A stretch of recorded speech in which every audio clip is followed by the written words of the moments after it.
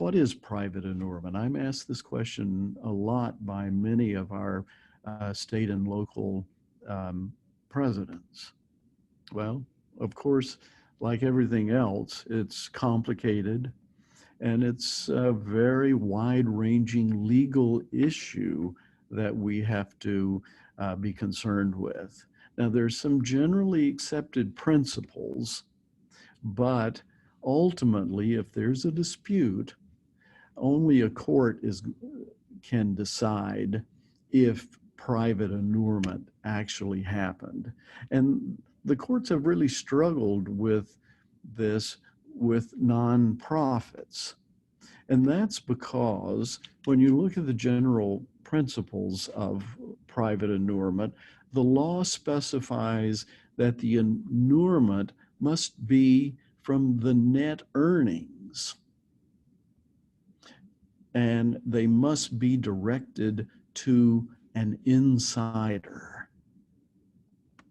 That's directly from the law.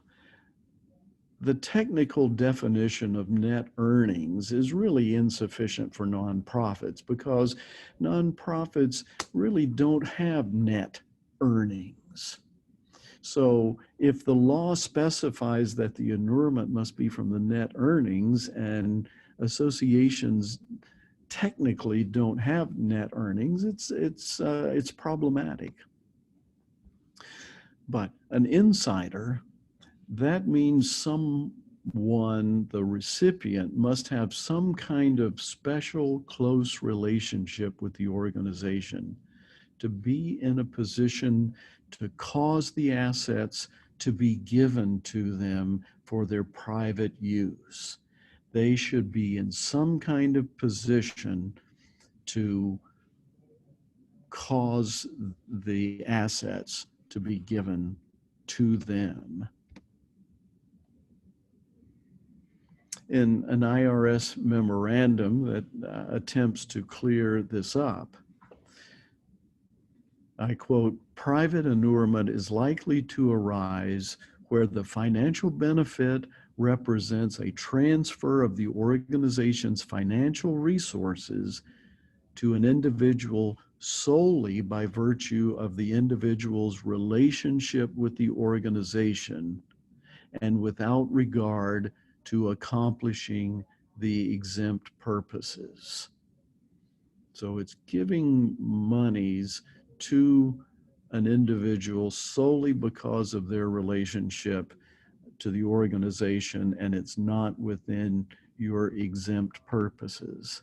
A second one has stated that the inurement provision serves to prevent anyone in a position to do so from siphoning off any of a nonprofit's income or assets for their personal use. So inurement has to do with a position, again, an insider that can siphon off the nonprofit's assets for their personal use.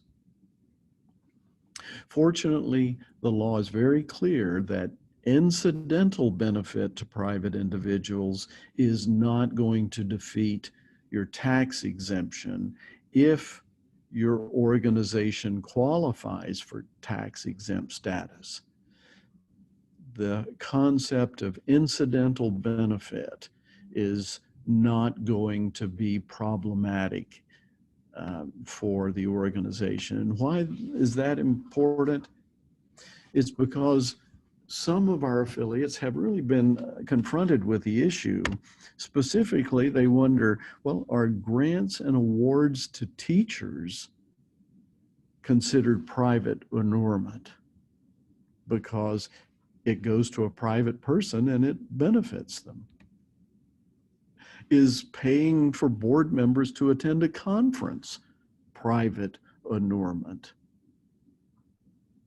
So it's very important that you know what it actually means for private inurement. Now, here's some considerations that I'll throw out. MTNA every year makes distributions to members and to non-members through our grants and awards program. We also pay for dozens of members to attend conferences and meetings and various symposia. Now, why are these not private inurement? Well, the recipients, first off, are not in a position to siphon off assets from the association. The decisions are made by the board for these recipients. Secondly, the size of our grants and our reimbursements do not reach the threshold of being considered disproportional amounts of our assets.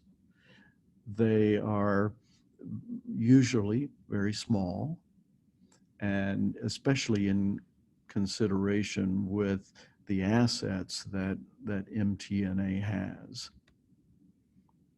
And the benefit ultimately to the individual is only incidental. So private inurement does not come from giving someone a grant or even paying them to do a job, because associations pay members all the time for specific jobs to be done.